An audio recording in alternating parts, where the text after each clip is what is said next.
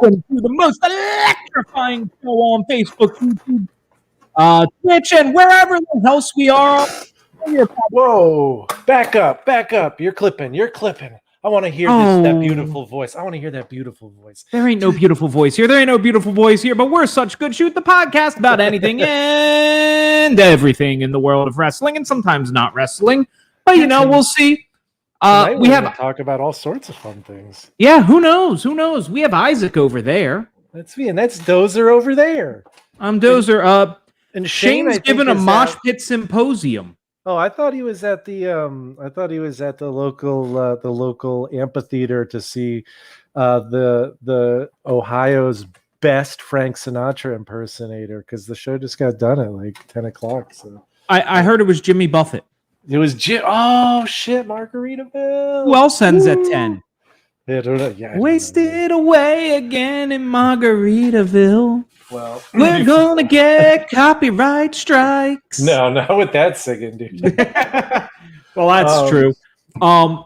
So Shane, do we have the Chic of the Week? Oh, yeah, you're right. I always forget on weeks we have to do this, and I'm even ready because it sucks. Yeah, I don't want to do it. Sucks. Oh man, this week has been a fucking a big one for losses in professional wrestling. First, our sympathy goes out to the Hamilton family and our loved with the loss of Jody Hamilton. We've talked to a number of people on the show who he's trained, and he had such an impact throughout his career as a wrestler and then as a coach and as a trainer. So after a couple of weeks battling, he passed away. I believe on Tuesday. So, right before we did something. Yeah, right before we talked to somebody. We'll talk about that later. But so we're gonna drink to Jody Hamilton, the assassin. Cilantro.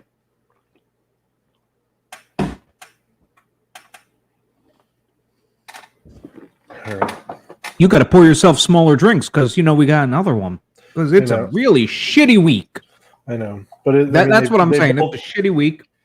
Both of these men really deserve the honor and the recognition. And I'm gonna drink for both of them. Beautiful Bobby Eaton.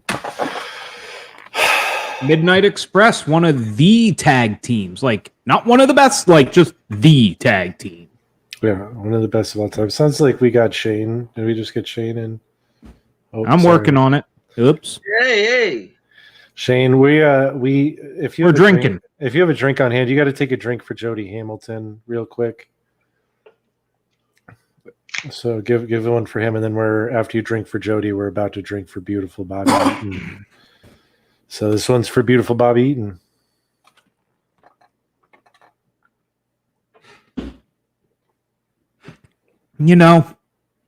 I know beautiful Bobby. Like some of the drink. Could not find what he actually drank. True. So, well, I guess that's a question for James E. Yeah, the one interview was saying Boone's Farm, and I really don't want to drink Boone's Farm. If that's true, oh my god, even what more is respect. Boone's Farm? Okay. Wow. Electric Blue. Yeah, hold on. Wow. Yeah, Boone's Farm is it's like when we were kids, like we didn't have any of like the Mike's Hard Lemonade. We didn't have any of like the fruity shit to drink. I mean, me neither. It was fucking for Loco. But yeah, we didn't have that. We didn't have anything that like was 12 or 13% that you could just pound down that tasted like candy. And Boone's Farm is a brightly colored Kool-Aid hard alcohol that they sell as a wine. Oh. And it's like $7 or $8 maybe, if not less, for a fucking like $7.20. And you drink one of those and you got good and drunk, and all the girls loved them, and it was a great way to get drunk in middle school. It sounds and they were like a lot electric blue. Yeah, there it was sounds electric a lot blue, like Strawberry Fields. What was Oh, it's like Sierra Mist, but alcoholic, or like maybe Mountain Dew. Smirnoff Ice. No, like Surge, or like a one word sort of Zima. Zima was The favorite drink of Joe Faderaro. I've had 12 Zima. ounce. That's so unsurprising. Yeah, it was a 12 ounce, and that was carbonated. Boone's Farm was not. It was literally like boozy Kool-Aid. It was. You can still get it if you go to a liquor store and you go to the wine section. Look for the electric blue bottle, and like that with not electric blue bottle, but the one with the electric blue wine inside of it. That's Boone's Farm. And then what you're saying is that the next time I go into my local liquor store, which I don't frequent, but I attend every once in a while, I should look for the Boone's Farm electric blue. Let me look for any of them. You can find it at your local liquor store, but there are some caveats. It's probably not going to be at the finer liquor stores. What? Come on, all liquor. No, I have an ABC liquor by me, and I like every time I go there and I have my credit card, it gets stolen shortly after. So I'm sure. Yeah, they definitely have it. Use cash. They have a blue Hawaiian flavor, apple blossom, fuzzy navel, strawberry hill, and sangria. I understand where we're at. No, we're doing it sounds like into fucking things like a hangover in a bottle. I mean, that's exactly. It's so much sugar. There's a lot of shitty beers I'd rather drink over Boone's Farm.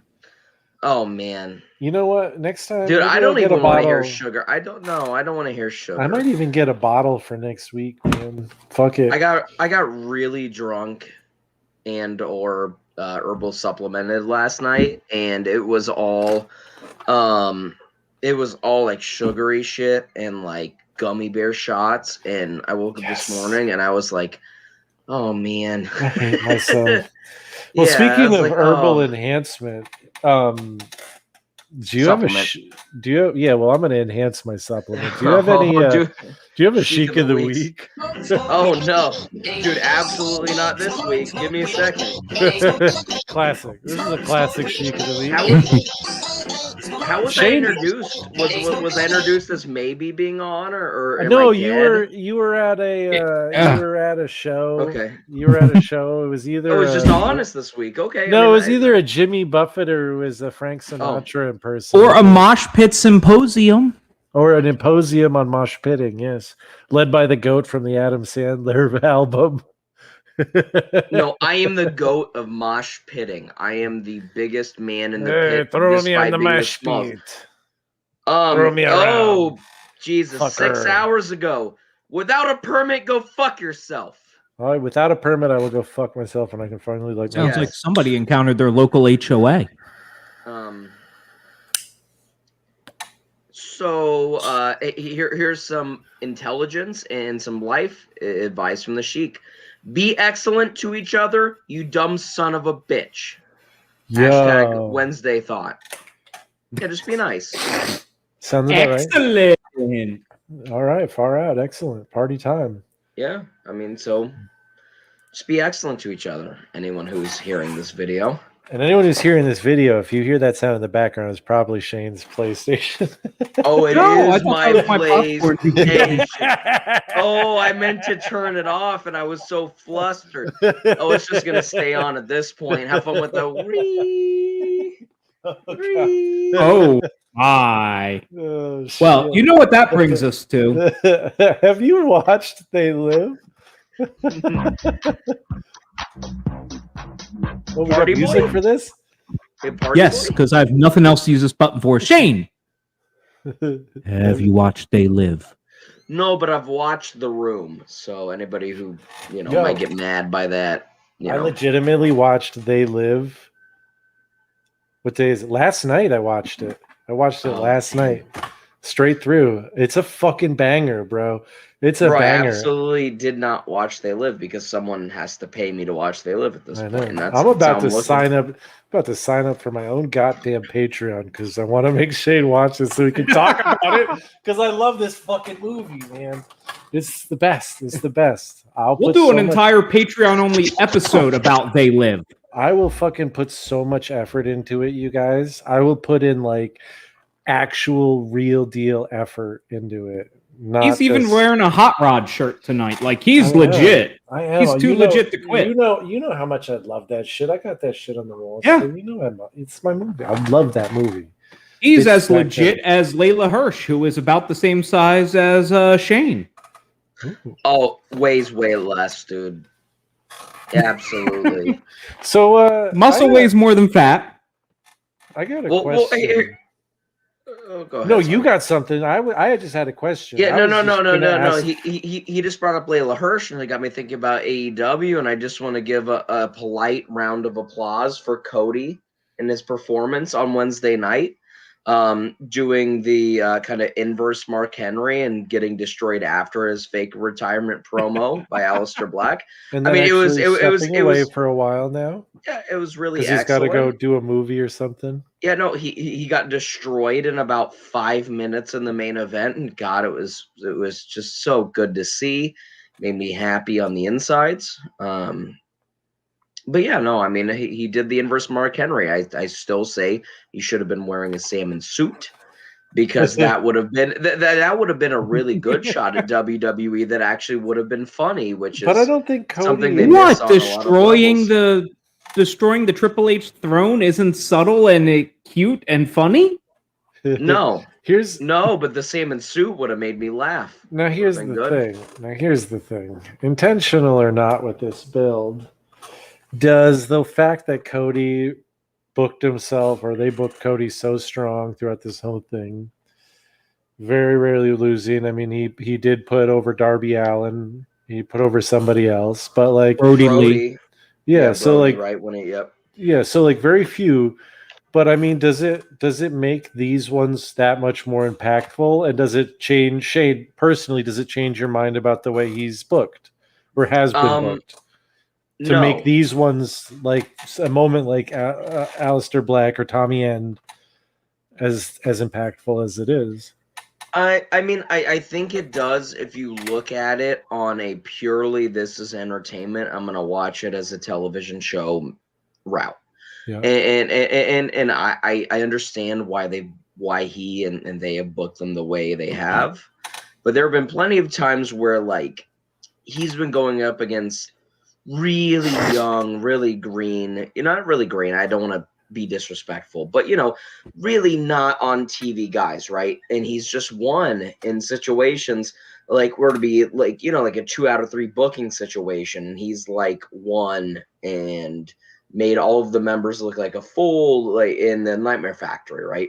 He made all of them look stupid. He beat all of them and then moved on. And again, Cody should win that feud, and I don't think there's an issue with that, but the way that he just plowed through all of them, not receiving any losses or any repercussions for what he's done.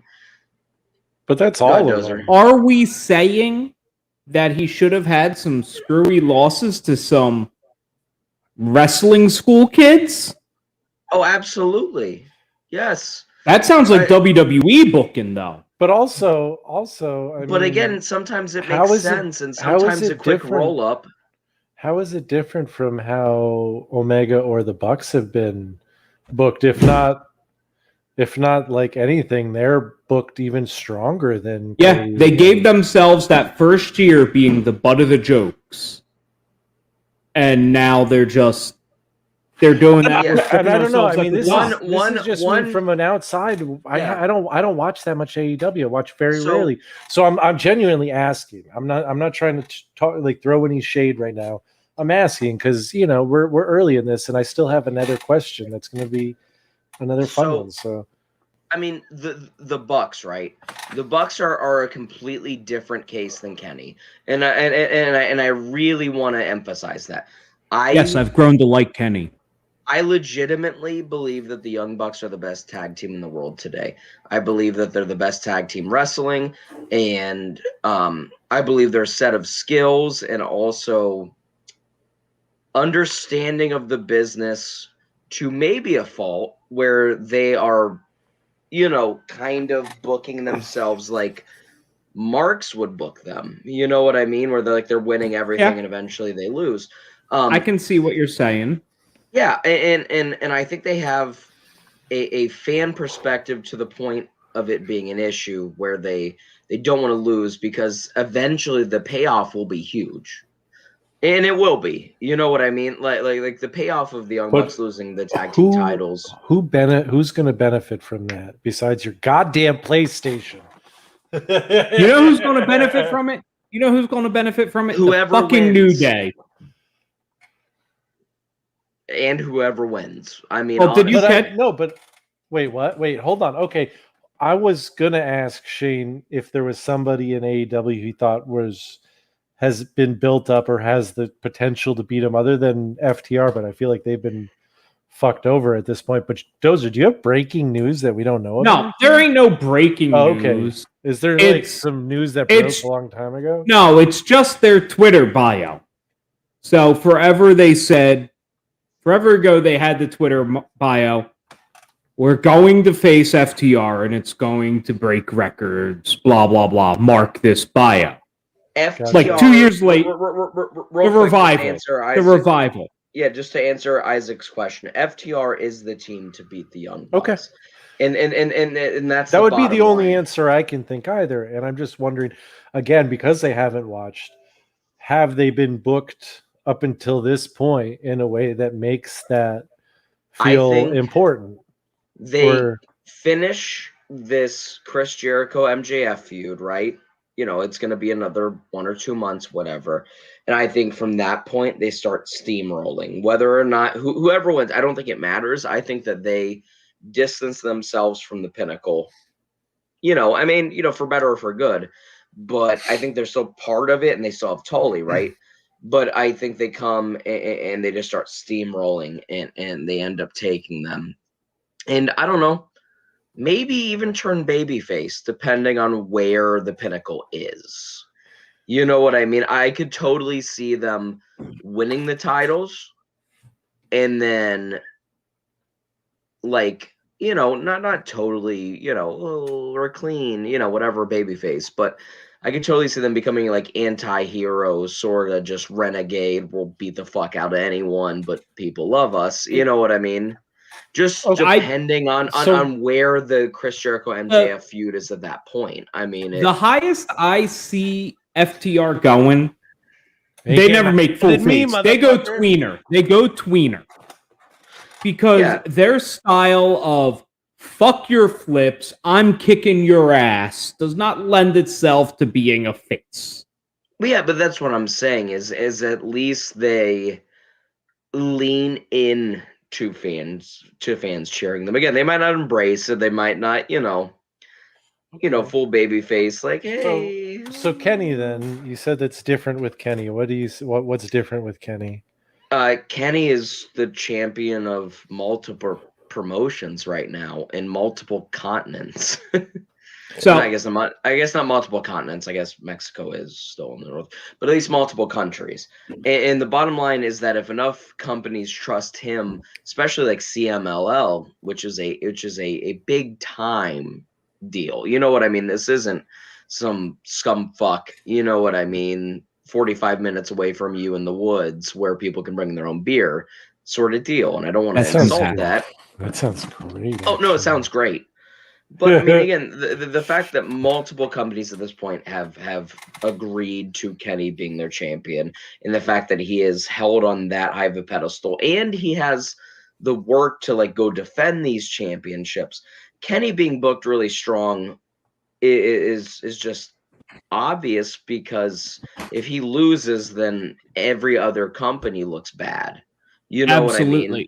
It's very much the same reason. Situation. It's very much the same reason why when the downfall happens, and the downfall will happen, there'll be that downward spiral where he's going to lose every belt within like 3 months. Yeah, it'll be TNA first and then CMLL. No, it'll be AEW first. If he doesn't lose the AEW belt first, that makes AEW look weaker than every other promotion. Whichever belt he loses first looks like the strongest promotion. I just disagree. They're not going to give it to another promotion. They ain't going to give it to Impact. That's for certain. I don't think he loses them fast, right? No, I think it's a total downward spiral started by Hangman Page. Yeah, and it takes like 6 months, you know what I mean, for him to lose all the belts. But here's my idea, right? Is that the AEW title is the last title he has, and then he clings to it, you know what I mean, and he claws for it, and like everything else, maybe he defends it a couple times and then loses it. So okay, no, you know what? Here we go, and I'm going to split the difference here. That's not your job. That's my job. I know, but also, I don't we're get in the wrong fucking spots. Yeah, whatever. Here, that's much better. So here's the deal. Here's the deal. Kenny Omega. He goes to, was it Ring of Honor? Impact. He goes to Impact. He's got a big fucking title match with fucking whoever the fuck it is at Impact.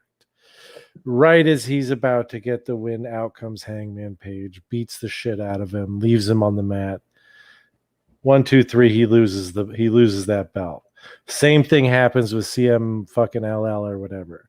As he's about to fucking get a win, out comes Hangman Page. Boom, knocks that motherfucker out. Now you have a story that's built between him and fucking Page over the last belt. And you can build towards that. There's that animosity. Has cost him 2 titles now. And he's about to cost him a 3rd. And that makes him fucking, then he wins and fucking becomes a megastar. I don't know, just a thought. That. I literally just thought of that about 48 seconds ago. So do with it what you want, make with it what you want. But oddly specific. I just want to add in one simple thought. And it ties into Hangman Page. Who 2.5 years ago, 2 years ago, whenever AEW started, 3, thought one of the most wholesome and happy things we'd be thinking of AEW is, God damn, we love the Dark Order. Yeah, I mean, like they were shit when they started. The job they've done with the Dark Order and making them like a really, really fan favorite, like lovable, wholesome. How did they recover ever? Brody Lee. No. Like their debut with all the the random local guys. Do you remember when they first debuted? Yeah. And literally they tackled the guys and they were throwing the phantom punches like a foot away from the guy's head. And there was a couple of those and everybody was making fun of that. And they have completely come back from that. I mean, and again, they got serious for like 2 months. With Brody, right? Like they weren't super serious before, and they're not super serious now, and they weren't super serious with Brody involved. They were serious Brody, on screen, but not serious in BTE, which was gold. It was gold.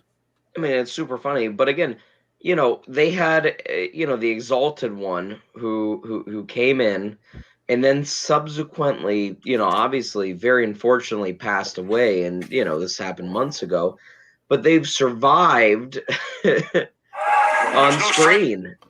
You know what I mean? Like, yeah, those guys have survived just an insurmountable amount of shit. I mean, and even again, the COVID-19 that killed a lot of stuff, and it didn't kill the Dark Order. It killed a lot of people too. Hey, unkilled. I'm sorry, is that too? Do I have to go old school and remove your ass? Too fucking soon? Sorry about it. Too soon. We're still in it. Again, Brody debuted during COVID. Nobody fucking saw Brody debut. Nobody saw Brody wrestle in AEW. I was about to say, at all. Yeah. I mean, and he made that huge of an impact. And okay, that just hurt my heart. That hurt. Yeah.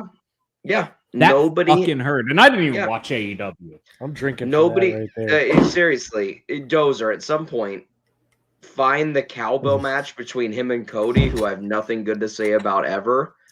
Bull rope match. It's plus there's that fucking good, that and like him beating up on Marco's stunt. Yeah, the match with Mox was really good, dude. Him beating up on Marco's stunt is. It's not like a 5-star match, but it's it's television. It's television. Okay. All right, so moving on from AEW real quick, I just have a question. Did you guys do anything fun this week?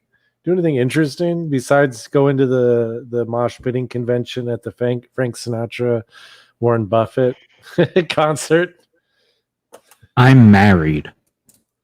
No, nothing. You didn't do anything. No, Nothing at all. You? Dude?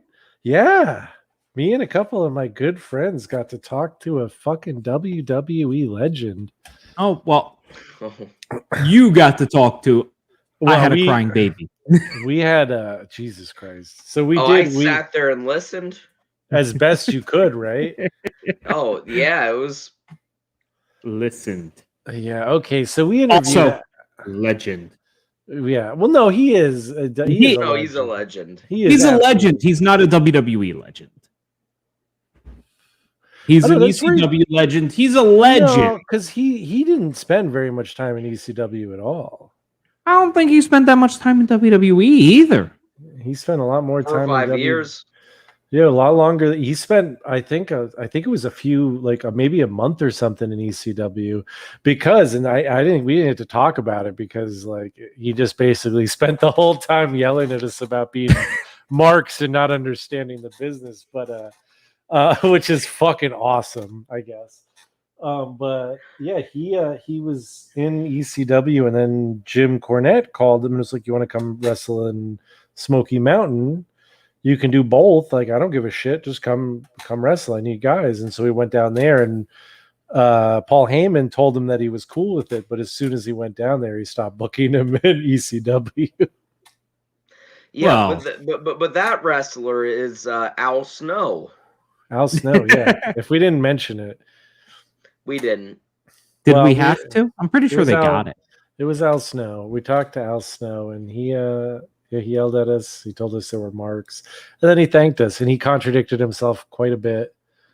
As in, like, oh, the wrestling business has changed, but it hasn't changed at all. So you'll get a lot of that and more. We'll figure how and when we're going to release it, but what we edit and what we don't edit. We may actually have to edit something, which is so not our style. But his microphone was spoiler, the audio in it fucking sucks for the first half. Yeah, the first half is really a disaster. Which is bad considering our normal audio.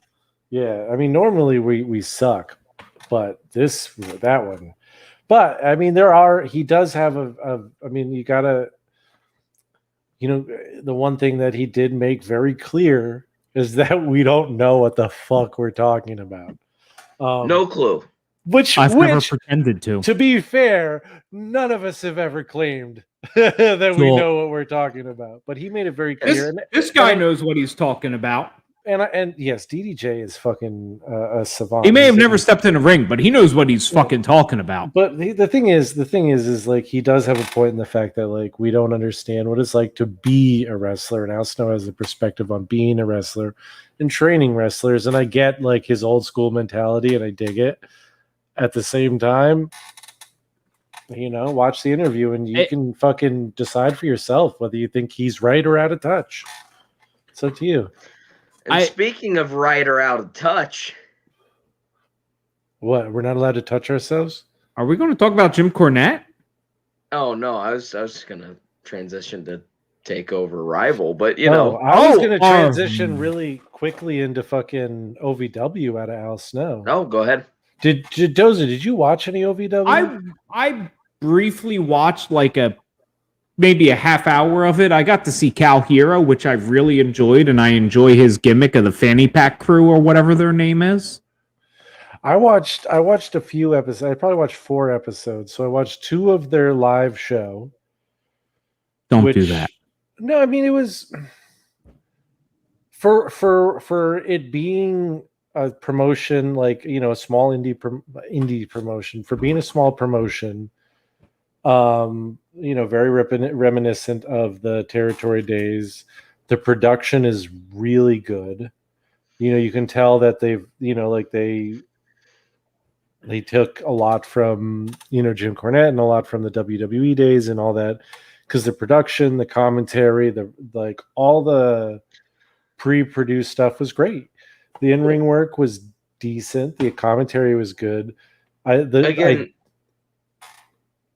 what? gonna say. I mean, the bottom line for any of that is like regardless of whether or not the weekly show is good, is that it's great for wrestling.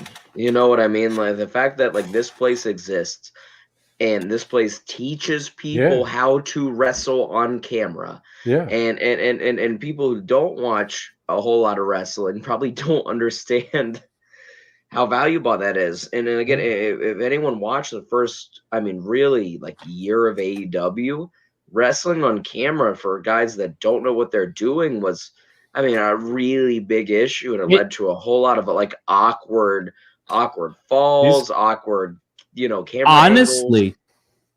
That's why they need so much WWE talent at the moment. So they can teach all the non-WWE talent how to wrestle to the hard cam. Yeah, I totally agree with that. And I got to say it because the other show I watched, that was the weekly, and then they have another one called Overdrive. And Overdrive is like a Saturday morning show. So apparently they've got a Thursday night show, they've got Overdrive, and now they're going to have a Tuesday night show starting. And so they're going to have, I think, at least 3 hours of wrestling weekly.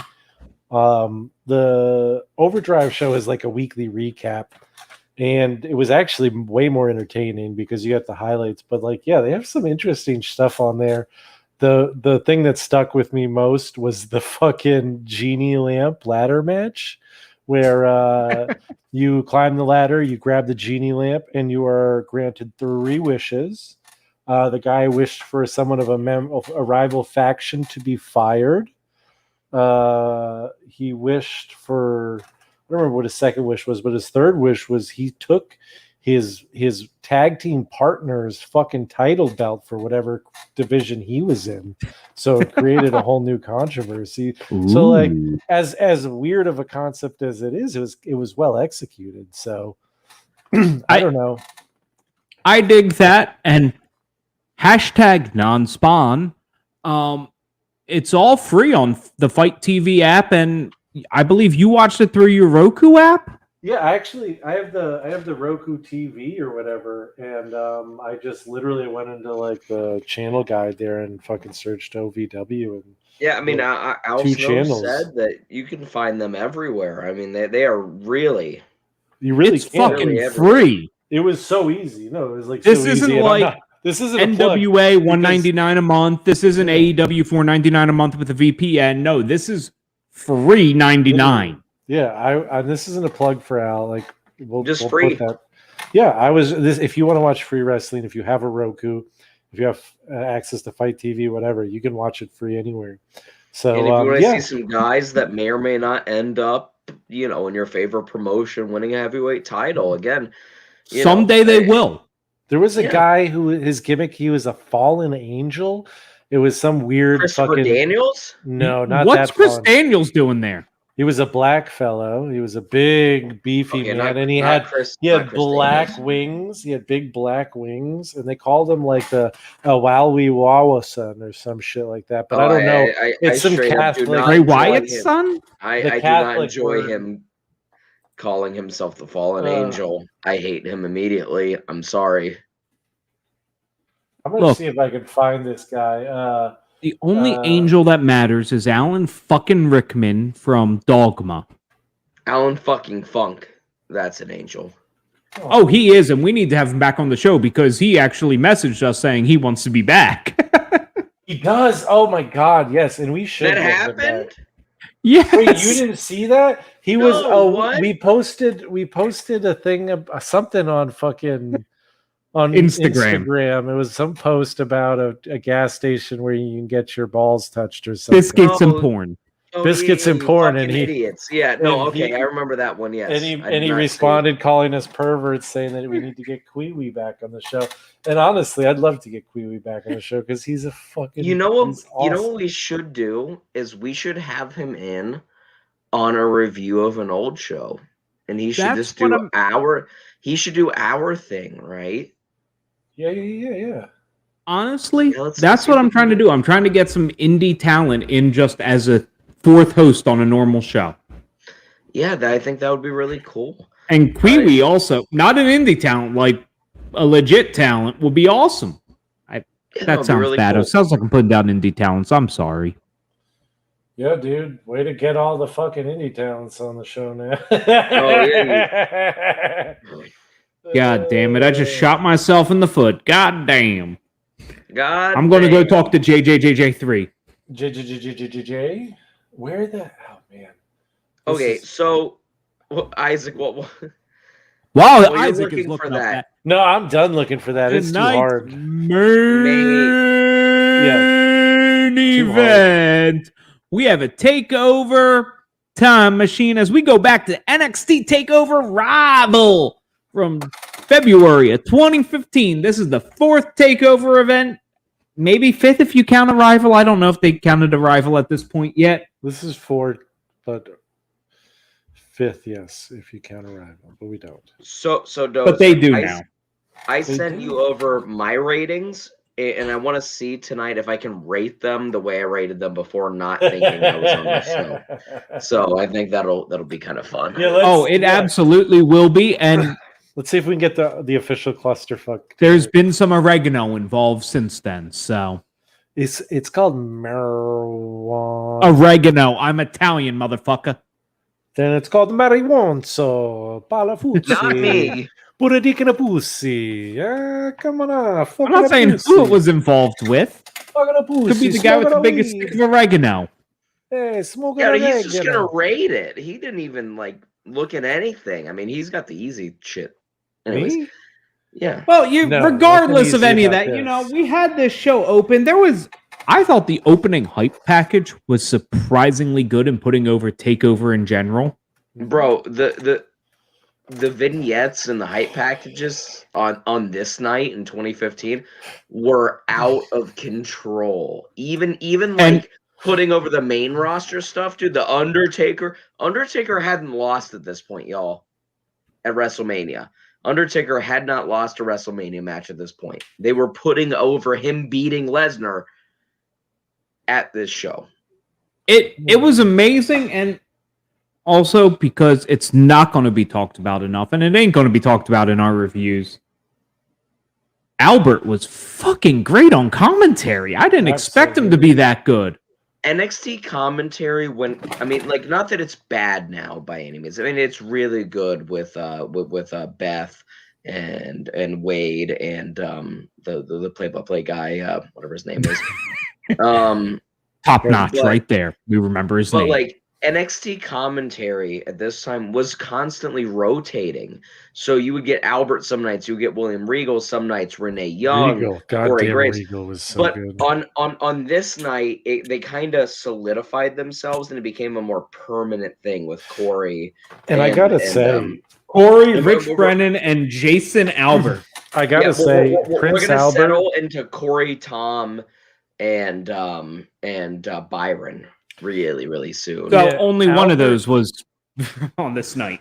Albert, though, I gotta say, there were points where he wasn't nearly as funny. He wasn't nearly as quick, but literally, like his voice and the way he talked reminded me so much of Bobby Heenan. Like so much. It was really uncanny. I can understand what you're saying, and I'm too lazy to go look at timelines and all. Sharp. Well, was he head trainer yet, or was it still fucking Bill fucking DeMott? No. He was assistant trainer and just doing stuff. Yeah, you're right. So he was there, but he just wasn't the head guy. But you could tell he knew what was going on with these guys behind the scenes. He knew what everything was going on, and there's no better guy for the play-by-play than the guy who knows everything. When was this pay-per-view? Sorry, when was this? 2015. No, February 2015. Okay, so DeMott resigned in March 6th of 2015. So right after. They probably knew behind the scenes DeMott was gone, but not in the front. But go on, Shane. No, I was gonna say I think the thing just talking about NXT commentary that makes it so endearing and so good all the time is you can tell that especially back then and even now obviously, but the commentators that are wrestlers or were wrestlers loved everyone so much. You know what I mean? And like just always did their best to like put everyone over in like a huge way. And you know, not shitting on Tom or Byron or Rich or you know what I mean, but like especially William Regal's, your Byron, you know, like your Byron Saxtons. I Ashton my fucking whiskey at some point. Oh no! Now you have to drink ash. I'm sorry. Sorry, that just noticed that. Go back on to wrestlers who are commentators. No, but yeah, I totally agree that the guys who are just like WWE trained commentators, as opposed to guys who have done it, it's a noticeable difference in the way they put. I mean, they just love everyone. Like William Regal is not someone I don't think we'll ever see on this series. But if you watched NXT weekly television back in the day, William Regal just oozed like love for We've had him as commentator already. What one of the probably the first and second takeovers. My bad. But you won't see him again. But probably not, no. Yeah, I mean my god. It's just fun. The Nephilim Damone Salvino. What an awful name. Sorry, that's like me talking about the big guy from OVW with the wings. He's got wings. It's a weird one. Have you met Isaac DDJ? You've met Isaac. Oh my god! You know, it's been a long time since I've mentioned this, but I love eating ass, DDJ. And with that, one of the first match of we did NXT. What's Isaac? Look at this guy! Look at this dude! Look at this dude! I am not gonna shit on this man. No, he's a big preferably I'm not going to shit on any man because I'm a nervous shitter. So, but on that notice, we have our first match where we have Kenta taking on Tyler Breeze. That was good. And before we get to anything about this match, I want to implore on you. This is the debut of the selfie stick for Tyler Breeze. It is. Yeah, it was. Yes. I mean, the wrestling was fine.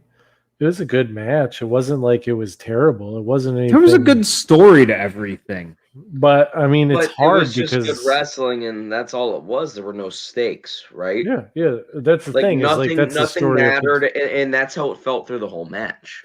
That's how it felt through the whole time Hideo was in NXT. The real problem with this match is you really felt the NXT crowd being shit at Full Sail. Because during the entrances, you don't even know. Oh, I know it's not that bad, but you felt it because this is the match where you felt in the entrances, Hideo super over, super big time. Tyler Breeze, boo, we hate you, and then by the middle of the match, we're getting yay boo shit. Like it was all middle of the road by the middle of the match. Yeah, my biggest thing was I think I guess I'm gonna agree with Shane is that because it's Hideo Itami, this is his first singles match on a fucking pay-per-view.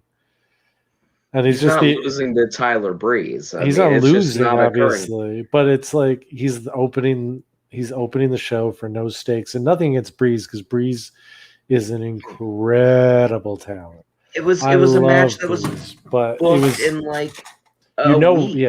And there was no question of the outcome. Like you knew it was coming, so there's no stakes. So in the end, like a match with no stakes, and you already know the outcome, unless they're going to do something that's just truly incredible, it's never going to be better than a star and a half. Oh, see, I mean, and this match was much better than a star and a half because it was like a 2.5 because they tried hard and it was a good wrestling match if you just look at it for what it is and don't incorporate anything else. It was a really good match. I mean, they both tried their best, but the most I can give it is a 2.5, and that's where I'm staying. Okay. What did he really give it? God damn, we're off. He gave it a 2.5. He nailed his prior rating. All right. But I hate to say it, I really enjoyed this shit. And I enjoyed this shit way more than I should have. I enjoyed the kicks. Maybe it's from not watching Kenta too much in New Japan. I gave it a 3.75. Wow. All right, we're all over. It's a high-rated pay-per-view for me. So what did I predict for you two? Let's see. So for Isaac, you gave it a 3. I have to.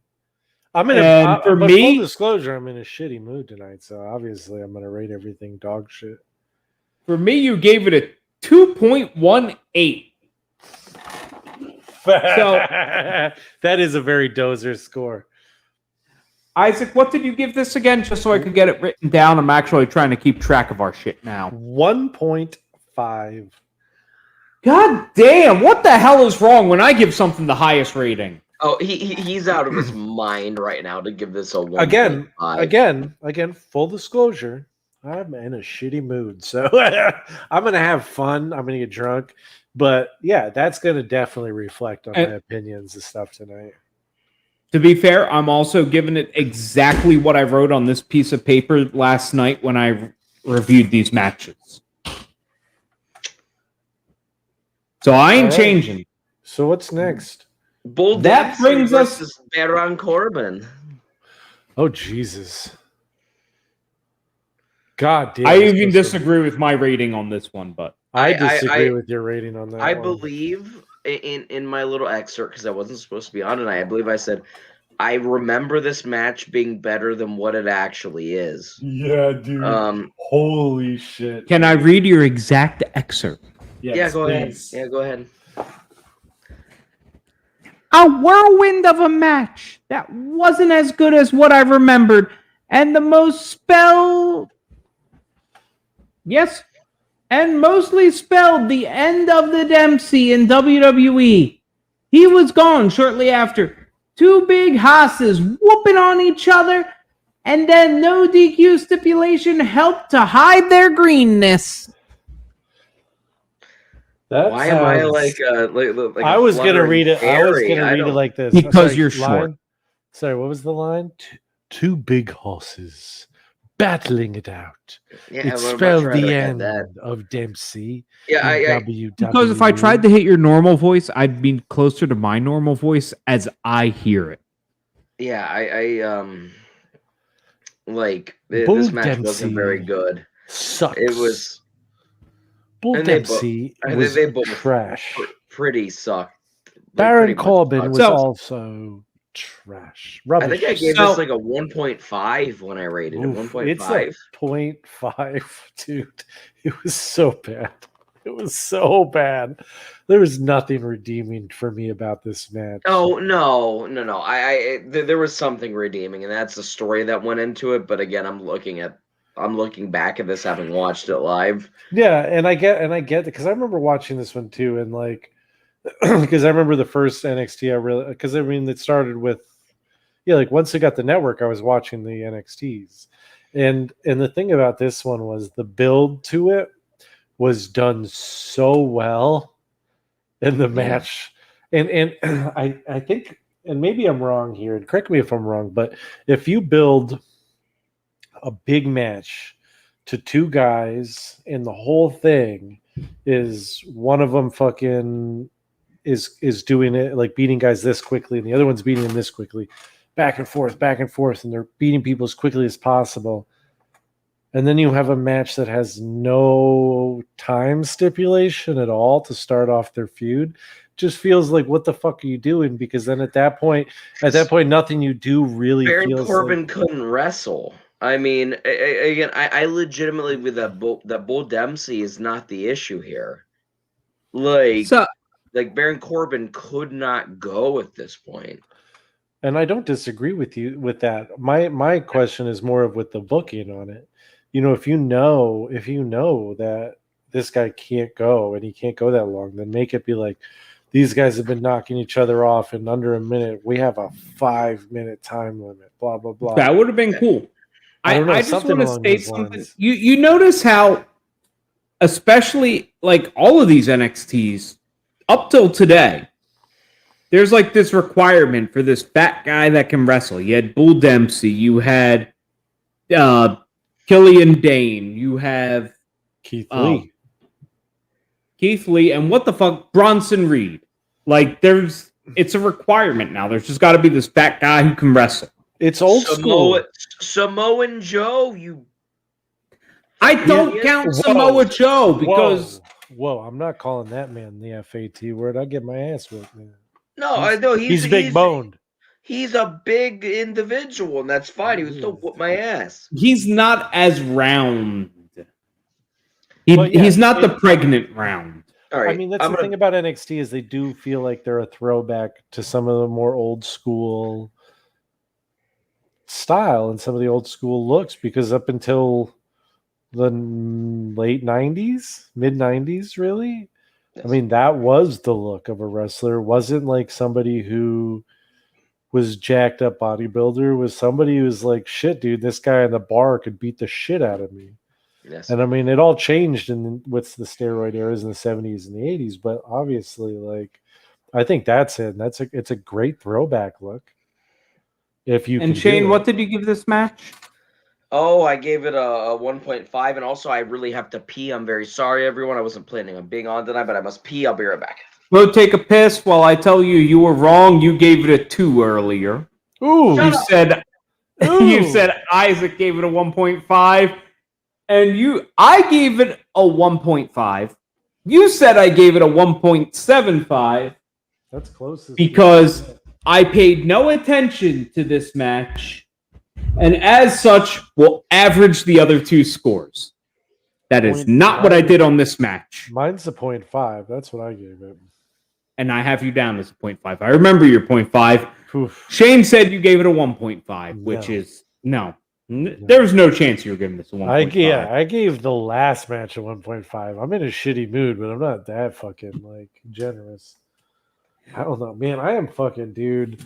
I tell you what, guys, everyone watching live, I hope you're having a good night. I hope everyone's having a good night. If you are, and you're not subscribed to our YouTube channel, the fuck is wrong with you? There's only 2 of you watching live right now, so if you aren't subscribed to the YouTube channel, I'm pretty sure one of them's DDJ. So wait, so what was rated? What? You were wrong, and then you were wrong. You gave it a 2 in the initial rating. Yeah, you said you gave it a 2. You said I gave it a 1.5. You said Dozer gave it a 1.75. Oh, I was just wrong. Dozer, what did you give it? I gave it a 1.5. Oh, that was pretty close for 2 of us. That brings us to Blake and Murphy taking on the Lucha Dragons, which, before we even get into this match, I just want to say, you can hear, because Alexa Bliss was initially the valet for Blake and Murphy. And in her non-themed theme, you can hear the callbacks to the Blake and Murphy theme, and I enjoy that. That is a good touch. Well, she hadn't even been the valet at that point, I don't think. Yeah, she was not the valet yet. This is just a completely out of the blue observation. It's a weird thing to say. Without Blake and Murphy, Alexa Bliss wouldn't still be in the company. I mean, no, she sucked initially. And I'll be honest, like, Sin Cara is not very good. He had a couple of moments in this match, but for the most part, he was the one that botched the shit out of this match. But Blake and Murphy were both very good in this match. They were awesome. What a great tag team. I have a note to look up, and I didn't fucking look up. So, was this Hunico or Mystico? This was Hunico. Oh, so this was even the better of the Sin Caras. Mm-hmm. Yeah, I believe. But this match was okay. It was fast. It was frenetic. It was botchy as all hell. It was sloppy. It was with a capital S.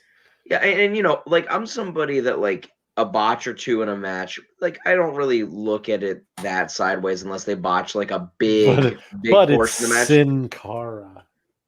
Oh yeah, I mean, it's so hard not to the issue was judge him on a different scale. is that Blake and Murphy won the titles out of nowhere, and it made no sense, and the crowd didn't believe in them, and nobody like watching it believed in them, but they still good. won. Yeah, no, and then they were good, and it wasn't their fault, but like they weren't. It was a really snap change of the tag teams. I got invested in this match, even with all the bullshit. Especially after the the Ascension's title reign. You know what I mean? And like Lucha Dragons take it off of them, and then they just immediately snap back to someone else, and it just didn't feel right. At the time, it didn't really feel right. Like if you paid attention to the crowd, you know what I mean? Like nothing made sense. The crowd wasn't into Blake and Murphy at all. I mean, not one bit. I mean, it hurt the match amongst the botches. I think I gave this like a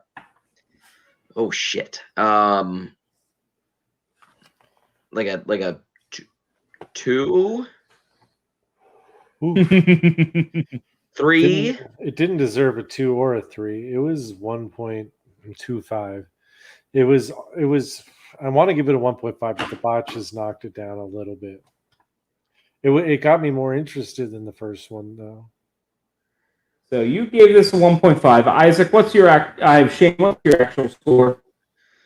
What was my actual score like tonight? What do you give it right fucking now? Like a 175. Yeah, 125 for me. 125. So on your sheet, Shane, you gave it a 3. I gave it a 3. You gave it a 3. What is wrong with you? I was in a good mood. On my sheet, I gave it a traditional Dozer score of a 2.35. So I'm trying to get a little mad attention so Aaron doesn't get pissed at me. But all in all, the only thing, like, I have very few notes for this match. I had a good spike pile driver from Kalisto. Then he taunted for no fucking reason. And I would love to see during like these traditional lucha quick pin attempts where they're just going back and forth. 1, 2, 1. Somebody actually wins the match in the middle of that shit. I would love to see that. That'd be a great turn of events. What did I predict you guys would rate? You said Isaac would give it a 2.25, and you said I'd give it a 3. Do we have Meltzer scores on any of this? I do not have Meltzer scores pulled up. I'm just curious. Yeah, no worries. I typically only pull them up for the WCW pay-per-views. Give me one second. Keep talking. Do your thing. Yeah, no problem. You know, I don't pull him up for the takeovers because by this point he was pretty sour on WWE in general. Whereas he was... Stop fucking the cat. Whereas he was pretty high on he was pretty high on NXT. So pretty high on marijuana. Sorry, I just wanted to make sure that Aaron didn't get pissed at me. There you go. There's chirps and everything. Oh, I mean, I don't know. I mean, she might get mad for the way you're manhandling him. He loves it. I'm just scratching his belly and his neck. I'm being so gentle with him. He loves it. Look at this. Booty. I think after this match, we had a teaser for the upcoming Solomon Crow. That was there. Solomon Crow. I forgot about that. Jeremiah AKA Sammy Callahan. Sammy Callahan. He was there for like what, a match or two?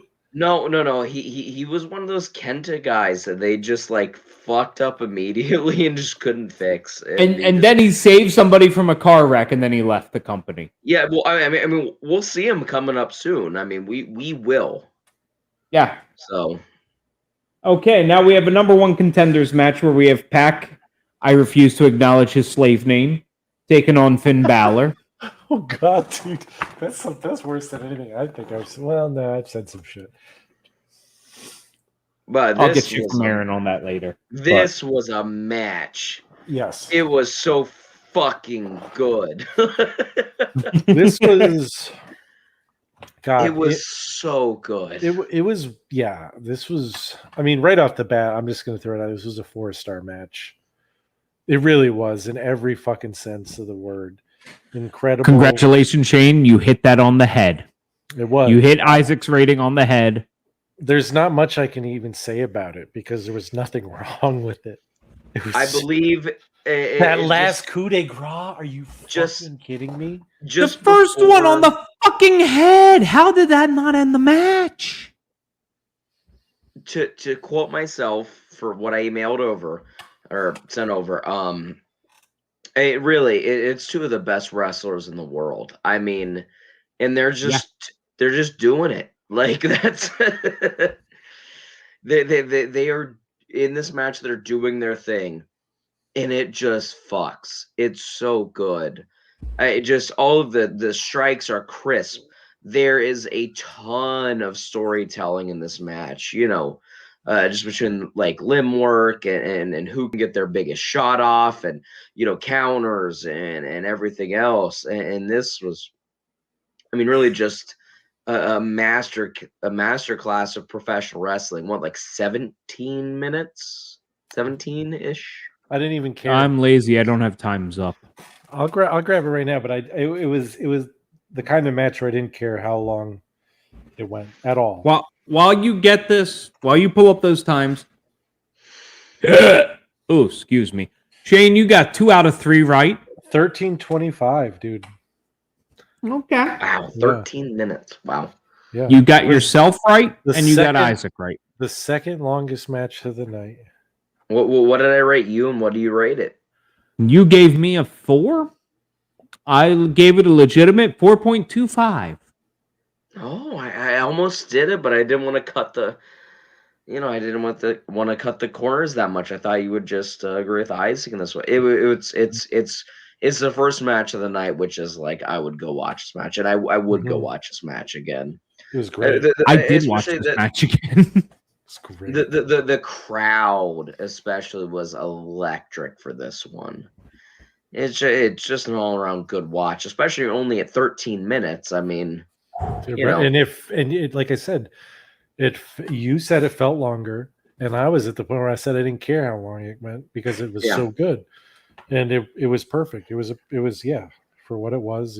It couldn't have been better. I mean, especially having the stakes it did, which of this, was this the first demon appearance? No, this was the second on a takeover. Second demon, because he was the demon in the Hideo Itami tag. He match? was tag match. Okay. I would love to see the win-loss record of Finn Balor compared to Finn Balor as the demon. I mean, he has. I don't know what they are, but I would love to see them. 4 years now. We need the demon back. And this was early enough where the crowd wasn't even fully participating. I mean, it was still green enough where it was like they were still working out that entrance. But I think I messaged you as it was going down. I believe. Did I not? I don't know. And I was just like, I was marking out about it. I was marking out about it. Yeah, you did. Because it's just one of those things that like the song itself. Yeah, I just was like, Finn Balor demon entrance is so fucking cool, and it was amazing. It was so special. I mean, and it is still so special. Yeah, no, that was. I mean, it's one of the things that NXT really they took the time with, and Triple H, obviously took the time with, because I remember him talking about.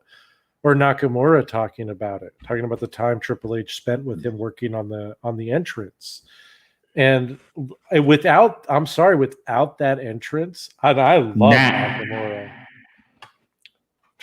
Without Nakamura's, and without that entrance, I don't think he's over as he would have been. Or as he is, because that entrance was fucking money, so good. I just want to point out. I have a note that says, I just love the moxie of these two guys going at it. It was awesome. Yeah, it was a great match. But yeah, I think. And I love the hug. The hug gets overdone, but I love the hug. They didn't do the hug. They did the handshake at the end of this one, didn't they? I marked it down as a It hug. was a handshake into a hug. I think it was like a grab, like a shake and then pull. You know what I mean? Like I'm gonna go ahead and say that they didn't hug. I'm almost 100% positive because I thought they were going to. He wanted the hug and they were chanting "hug it out," but I'm pretty sure it was a handshake because I know for a fact Sasha and Charlotte did the hug, and I don't think they both did. But I could be wrong. That brings us to our next match. Did we all give this ratings first before I get there? You wrote it down, dude. Look, I'm ingesting poison at the moment, so at some point I may die. I may not. We'll find out. 4.5, right? Did I get that right? 4.5, 4.25. I think so. I'm not going back. I'm not flipping back. That brings us to our fatal four-way, where we have the 4 horsewomen of the apocalypse. And we have Bayley taking on Sasha, Becky, and Charlotte for the Women's Championship of NXT. what a fucking match. It was another great match. I think I remember watching these at the time and remember thinking just how fucking good Sasha was. And thinking that Charlotte with just a little more work and time was going to be even better. And I think going back, that still rings true. I think Becky and Bayley still needed some work at that point. They were both very good, but I think, like, honestly, I think out of the 4 of them, Sasha just, goddamn, she was so clean in everything she did. Hitting the bank statement before they called it the bank statement was quite good. Again. Yeah, the whole ending segment. I mean, making Charlotte, bow to her whim and then just rolling her up because she was so hurt. I mean, yes, no, and I agree. No, that match, man, for a 4-way, it was. There was a lot of points where I felt like Bayley was not very involved in it. Like, and this was Becky's coming out party, though. Yeah, Becky was really good in it. Sasha was the standout. They teased Bayley winning throughout the entire thing, and that's what the crowd wanted. The Bayley to belly from the top ropes was awesome. They involved everyone in this for match such a shitty finish. I don't even think that I like the finish, to be honest. No, I'm sorry. I'm talking about the Bayley to belly is a shitty finish. But the Bayley to belly from the top rope was fucking awesome. Yeah, no, but the finish of the match was awesome. Yes, absolutely. Yeah, it made so much. And again, they did such a good job of pacing this match. And in multi-man, everyone facing each other or multiple tag team, whatever. Like, all those matches, pacing is key because you don't want to overwhelm people, but you don't want it to be boring. And you also need to feature everyone prominently. In this match, I mean, really did all of that. I mean, it really is a masterclass in this kind of match. I don't think it's the best representation, but like, if you're gonna base your fatal 4-way match off of something, this is a great match to do it on. You know what this match was?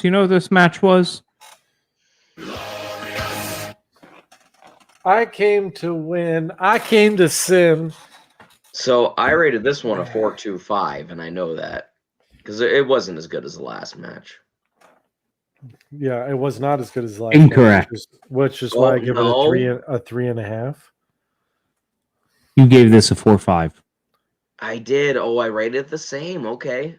I mean, I'm not mad at that rating. I think it's fine. I think it's a 3.5 because I do agree it's not as good as the last one because it's a fatal 4-way, and a fatal 4-way is never. Fatal 4-ways are only good on Pornhub.com. 3.5 is ridiculous for the size. Like, I know. I rated you at a 3.75. Okay. He did. Well, I wish I could change it now, so you could be right. But it's a 3.5 for me. Like I said, shitty mood. It was great. 4 stars for me. It's fantastic. 3.5 stars because, again, I'm in a shitty mood. You said I gave it a 4.5. Nope, I only gave it a 4 on this one. All right. Sorry. So let's go now to That the brings main us event. to the main event. Of the main event. Yes. This was another great match, in my opinion. Ooh, well, I'm gonna get my opinion out of the way real quick, and you can go off because I think that this is honestly like a terrible wrestling match.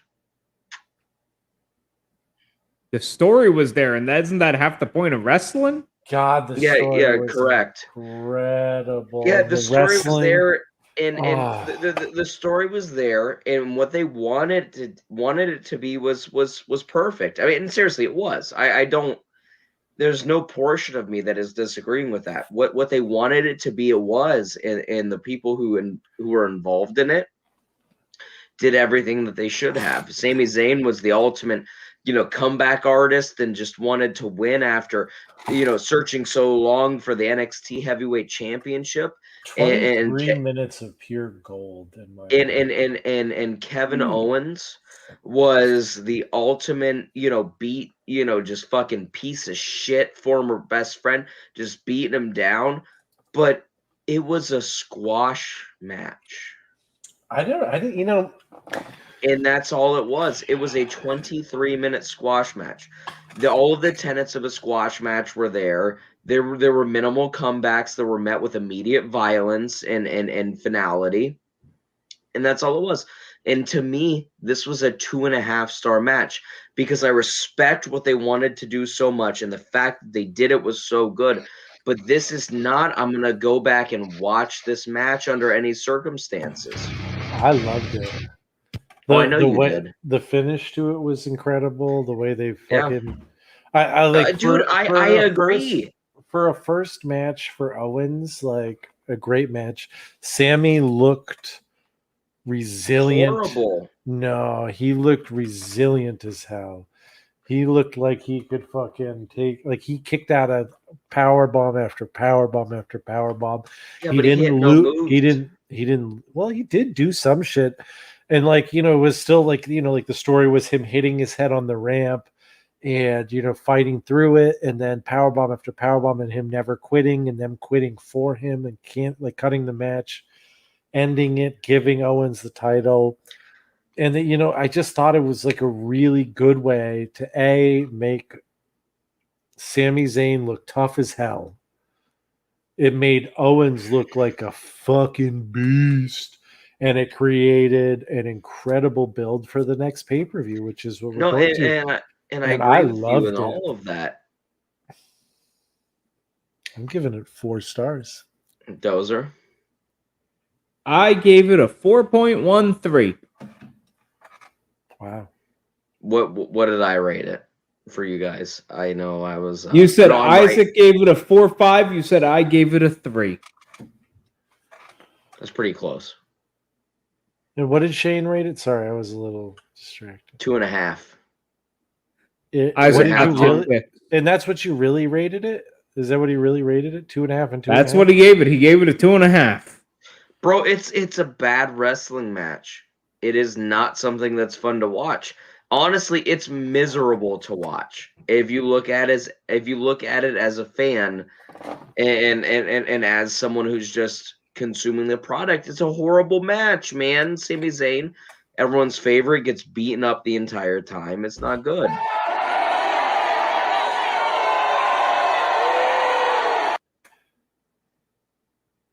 Except for what they were doing, it was really awesome. I mean, then they did everything they wanted to. But as far as the way I rate matches, okay. Well, I mean that's wrong, but no, I respect that, but I disagree wholeheartedly.